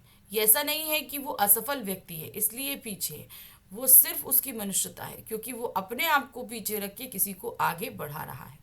मुख्य गायक को आगे बढ़ाने में उसकी अपनी प्रतिभा का बलिदान करना त्याग है। अब वो अपनी प्रतिभा, यानी कि वो अच्छा गा लेता है, चाहे तो वो अपने लिए भी महफिल सजा सकता है, लेकिन उसने क्या किया, अपनी इस मनुष्यता को दिखाया। इसकी यही मनुष्यता उसका त्याग है, यानी कि वो अपने आप को फेमस नहीं करके दूसरे का साथ दे रहा है। वह उसे आगे बढ़ाकर स्वयं को पीछे रखने का साहस और आत्मश्रद्धा दिखाता है। वो, तुम आगे बढ़ो, हम पीछे हैं, ठीक है। तो वो साथ देते हुए संगीतकार को जहां अपने साथ का एहसास दिलाता है, वहीं सबको ये समझाता है कि सभी के जीवन में संगीतकारों का महत्व बहुत अधिक है, और यही उसके त्याग है। अगला प्रश्न है, संगीतकार की आवाज में एक हिचक सी क्यों प्रतीत होती है? हिचक, वो हिचक है अपने आवाज को मुख्य गायक की आवाज से ऊंचे नहीं होने देना, यानी कि अपनी प्रतिभा को निखार नहीं रहा है वो, क्योंकि यहाँ दूसरे की प्रतिभा को आगे बढ़ाने के लिए अपना सपोर्ट दे रहा है, इसीलिए वो कोशिश करता है कि उसकी आवाज ऊंची नहीं होनी चाहिए। ऊंची रे हो गई तो फिर सारा क्या कहते हैं मामला बिगड़ जाएगा, क्योंकि वहां पर तो सभी लोग मुख्य गायक को सुनने आए हैं, और अपनी आवाज को कम रखने के चक्कर में ही वो हिचक उसकी आवाज में आती है। कवि मंगलेश डबराल द्वारा रचित कविता संगीतकार में उसकी आवाज में एक हिचक सी इसलिए प्रतीत होती है क्योंकि संगीतकार ये चाहता है कि मुख्य गायक का ही प्रभाव जमा रहे। वह यही सोचकर उसकी आवाज को मुख्य गायक के स्वर से नीचे रखने की कोशिश करता है। यह उसकी मनुष्यता ही है कि वह मुख्य गायक के सुर को आगे बढ़ाता है और उसकी प्रसिद्धि, प्रतिभा और सफलता में सहायक देता है, तथा स्वयं को पीछे रखकर मुख्य गायक का सिक्का जमाने का प्रयास करता है। तो यहाँ पर अपने आप को उसे पीछे रखना है और मुख्य गायक को आगे बढ़ाना है, इसलिए उसकी आवाज में वो दबिश होती है और वो हिचक हमें सुनाई देती है। मुख्य गायक और संगीतकार की आवाज में क्या अंतर है? भाई, मुख्य गायक की आवाज दमदार है, पत्थर की तरह मजबूत है, तो सभी लोग उसके मुख्य रूप से उसी की आवाज सुनने आ रहे हैं। संगीतकार की आवाज जो है वो कोमल है, सुंदर है, और साथ ही साथ एक हिचक है, अपनी आवाज को मुख्य गायक की आवाज से नीचे रखने की हिचक है। मुख्य गायक और संगीतकार की आवाज में यह अंतर दिखाई पड़ता है कि जब तार सप्तक में जाकर मुख्य गायक की आवाज कांपने लगती है, उसका उत्साह मंद पड़ने लगता है और ऐसे स्थल पर उसे आराम की जरूरत महसूस होती है, तब संगीतकार उसकी मदद करने के लिए उसी लय में अपना स्वर साधता है। किसमें? तार सप्तक में ही, यानी कि जिसमें मुख्य गायक गा रहा था, किंतु साथ ही साथ यह भी ध्यान रखता है कि कहीं उसकी आवाज मुख्य गायक की आवाज से ऊंची ना हो जाए। तार सप्तक का स्वर ऊंचा नीचा होता रहता है, इसलिए उसे इस चीज का भी डर रहता है कि उसकी आवाज मुख्य गायक की आवाज से ऊंची ना होने पाए। इस प्रकार वह स्थाई को संभालते हुए मुख्य गायक की आवाज को बिखेरने से बचकर ऊंचाई और ताकत तो देता है, किंतु अपनी विशिष्टता दिखाने का प्रयास नहीं करता और केवल गायन में सहायता को ही अपना धर्म मानता है। संगीतकार किन किन रूपों में मुख्य गायक की मदद करता है? अब देखिए, कई रूपों में उसने किया है। संगीतकार अनेक रूपों में मुख्य गायक की मदद करता है। जब गायक सुर से भटकने लगता है तब वह अपना सुर उसके साथ मिलाकर वापस सुर साधने में मुख्य गायक की मदद करता है। जो मुख्य गायक अपने सुर से भटकता है तो उसको सुर पर वापस लाने का काम यहाँ पर संगीतकार के द्वारा ही किया जाता है। जब मुख्य गायक जटिल तानों में खो जाता है तब स्थाई को संभाल कर उसकी मदद करता है। स्थाई कहाँ, जहां से वो गाना शुरू हुआ था वो उसी स्थाई को संभाले रहता है, क्योंकि वो तो मुख्य गायक क्या था, वो तो काफी आगे बढ़ गया, तो वापस उसे उसी स्थाई पे लाने का कार्य भी संगीतकार ही करता है। तार सप्तक में गाते समय गायक की बुझती आवाज को संगीतकार ढांढस देता है और अपना स्वर मिलाकर सुर संभालता है। संगीतकार ही स्थाई या टेक को बार बार गाकर समा बांधे रहता है।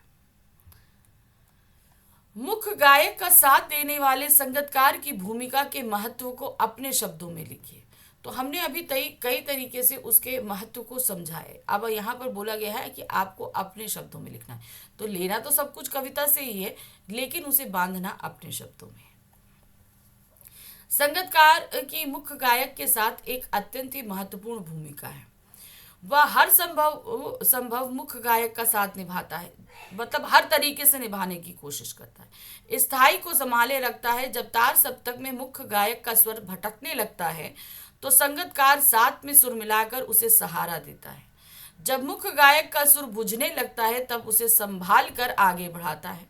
सबसे अधिक तो उसकी मनुष्यता दिल जीत लेती है, क्योंकि वह मुख्य गायक से कई बार अधिक ऊंचा और अच्छा स्वर लगा सकने के बाद भी सुर को नीचा रखता है ताकि मुख्य गायक का प्रभाव बना रहे और वह हर संभव मुख्य गायक की सफलता में एक महत्वपूर्ण भूमिका अदा करता रहे। तो ये है उसके साथ देने की भूमिका जो हमने अपने शब्दों में लिखी है। संगीतकार जैसे व्यक्ति की जीवन में क्या उपयोगिता होती है, स्पष्ट कीजिए। हम सभी के जीवन में संगीतकार की भूमिका बहुत महत्व है। आप सभी पढ़ते हो तो आपके माता पिता आपके संगीतकार की भूमिका निभाते हैं, क्योंकि आपको फिर और किसी चीज़ की टेंशन की ज़रूरत नहीं होती। टीचर संगीतकार की भूमिका निभाता है। ऐसे सभी क्षेत्रों में बहुत तरीके के संगीतकार होते हैं। संगीतकार जैसे व्यक्ति जीवन में किसी भी सफल व्यक्ति की नींव की तरह होते हैं। ये लोग सामान्य लोगों की नजरों में आए बिना मुख्य व्यक्ति को सहारा देकर सफलता की ऊंचाइयों पर पहुंचाते हैं। जिस प्रकार संगीतकार मुख्य गायक के स्वर को संभाल कर साथ देकर उसे सफल और प्रसिद्ध बनाते हैं, स्वयं को पीछे रखकर वे मनुष्यता का परिचय देते हैं, त्याग करके मनुष्य मुख्य व्यक्ति को ना का भागीदार बनाते हैं, यानी कि यहाँ पर त्याग करके अपने आप का त्याग करते हैं, उन्हें ऊंचाइयों का भागीदार बनाते हैं। ऐसे व्यक्ति समाज में अनेक क्षेत्र जैसे संगीत, सिनेमा, राजनीति, खेल व मीडिया आदि में भी दिखाई देते हैं। ये पीछे रहकर ही मुख्य व्यक्ति की हर संभव सहायता देते हैं। उनकी सफलता में प्रसिद्धि में इनका सुख छिपा होता है। तो यहाँ पर इन संगीतकारों की खुशी किसमें होती है? आपके जो मुख्य गायक होते हैं, जो मुख्य लोग होते हैं, उनकी सफलता में, उनकी प्रसिद्धि में। तो ऐसे संगीतकार हर क्षेत्र में आपके लिए मौजूद है। आपकी लाइफ में भी ऐसे बहुत से संगीतकार हैं। सांसारिक जीवन में संगीतकार जैसे व्यक्ति की सार्थकता पर विचार कीजिए। सांसारिक जीवन, हम सभी सांसारिक जीवन जी रहे हैं, तो इसमें संगीतकार जैसे व्यक्ति की सार्थकता क्या है, उनका होना कैसा सार्थक है। सांसारिक जीवन में संगीतकार जैसे व्यक्ति की बहुत ही महत्वपूर्ण एवं सार्थक भूमिका होती है। ऐसे व्यक्ति समाज के हर छोटे बड़े कार्य में सहायक की भूमिका का निर्वाह करते हैं और ऐसा करके वे दूसरों को ऊंचाइयों तक पहुंचा देते हैं। उनके मन में मानवता की भावना कूट कूट कर भरी होती है। ये कभी किसी को पीछे धकेल कर आगे बढ़ना पसंद नहीं करते, क्योंकि ये अपने आप को हमेशा पीछे रखते हैं औरों को आगे ले जाने के लिए, बल्कि सदैव अपने त्याग से दूसरों को आगे बढ़ाने में सहायक बनते हैं। खेल जगत, सिनेमा, राजनीति आदि जीवन के लगभग सभी क्षेत्रों में मानवता के उत्थान के लिए समर्पित ऐसे लोग देखे जा सकते हैं। तो इन सभी क्षेत्रों में हम ऐसे समर्पित लोगों को देखते हैं। संगीतकार द्वारा अपने स्वर को ऊंचा ना उठाने की कोशिश को कवि ने मनुष्यता क्यों कहा है, स्पष्ट कीजिए। भाई उसके पास भी हुनर है, उसकी आवाज भी अच्छी है, लेकिन वो क्या करता है, वो अपनी इस आवाज को आगे नहीं बढ़ाने देता, वो मुख्य गायक का साथ देता है। तो ये उसकी मनुष्यता है जिसे हमारे कवि ने त्याग कहा है। संगीतकार द्वारा अपने सुर को ऊंचा ना उठाने की कोशिश को कवि ने मनुष्यता इसलिए कहा है क्योंकि जब ऊंचाई पर जाकर मनुष्य गायक की आवाज कांपने लगती है, उसका उत्साह मंद पड़ने लगता है और ऐसे स्थल पर उसे आराम की जरूरत महसूस होती है, तब संगीतकार ही उसी लय में अपना स्वर साध कर उसे सहारा व प्रोत्साहन देता है। किंतु साथ ही यह भी ध्यान रखता है कि कहीं उसकी आवाज मुख्य गायक की आवाज से आगे ना हो जाए। मतलब वो घड़ी जब मुख्य गायक थक गया है, परेशान हो गया है, भटक गया है, तो संगीतकार उसे हर तरीके से सहारा दे रहा है, लेकिन सहारा देते देते ये ध्यान रख रहा है कि उसकी आवाज किसी भी हाल में मुख्य गायक की आवाज से ऊंची ना हो। इस प्रकार वह अपनी विशिष्टता दिखाने के स्थान पर केवल मुख्य गायक के गायन की प्रस्तुति को निखार कर उसे प्रसिद्धि दिलाता है। ऐसा निस्वार्थ भाव व मानवता से ओतप्रोत व्यक्ति ही कर सकता है। तो जिस व्यक्ति के अंदर मानवता है, मनुष्यता है, वो ही इस तरीके का त्याग कर सकता है कि खुद को प्रसिद्ध ना करके, खुद को आगे ना बढ़ाकर वो किसी और को आगे बढ़ाए और किसी और की प्रसिद्धि का भागीदार बने। संगीतकार संसार के कैसे व्यक्ति का प्रतीक है, स्पष्ट कीजिए। ऐसे व्यक्ति जो पीछे रहकर दूसरों को आगे बढ़ने में सपोर्ट देते हैं, और ऐसे हमारे जीवन में बहुत सारे लोग होते हैं। संगीतकार संसार के ऐसे व्यक्ति का प्रतीक है जो पीछे रहकर किसी भी प्रसिद्ध व्यक्ति की सफलता में महत्वपूर्ण योगदान देता है। ऐसे व्यक्ति सामान्यतः लोगों की नजरों में नहीं आते, परंतु मुख्य व्यक्ति को अवश्य ही प्रसिद्ध व सफलता दिलाने में सहायक होते हैं। जैसे संगीतकार किसी गायक का साथ देकर उसका सुर संभाल कर उसे एक सफल गायक बनने में महत्वपूर्ण योगदान देता है। ऐसे व्यक्ति समाज में अनेक क्षेत्रों में दिखाई देते हैं, जैसे राजनीति, सिनेमा, खेल, मीडिया, संगीत, नृत्य आदि। ऐसे व्यक्ति स्वयं अंधकार में रहकर मुख्य व्यक्ति को चमकता हुआ सूर्य बनने में भरपूर प्रकाश प्रदान करते हैं। तो ऐसे व्यक्ति जो है संगीतकार जैसे व्यक्ति हम सभी के जीवन में है, ठीक है। हर क्षेत्र में नहीं, आप अपने जीवन में भी देखेंगे तो आपको मिलेंगे। तो ये इन सारे लोगों जो संगीतकार जैसे लोग होते हैं, इनका बहुत महत्व होता है हमारे जीवन में, और इनके महत्व को हमें समझकर उन्हें सराहना भी चाहिए। और इन्हीं आपके जीवन में ऐसे बहुत से, जैसे हम बात कर रहे हैं, तो ऐसे आपके मम्मी पापा, भाई बहन, दादा दादी हैं, आपके टीचर्स हैं, आपको साथ देते हैं आपको आगे बढ़ाने में। खुद को पीछे रख के वो आपको आगे बढ़ाने में साथ देते हैं। तो उनके महत्व को हमें यहाँ समझाया गया है इस कविता के माध्यम से। तो यहाँ खत्म हुआ ये अध्याय और हमारा काव्य खंड भी, लेकिन अभी हमारा गद्य खंड बाकी है, तो हम जल्द ही लेकर आएंगे गद्य खंड के भी आपके अति महत्वपूर्ण प्रश्न। तब तक आप इन क्वेश्चंस को देखकर तैयारी करते रहिए और मिलेंगे फिर से हम कुछ अति महत्वपूर्ण प्रश्नों के साथ। Thank you for watching.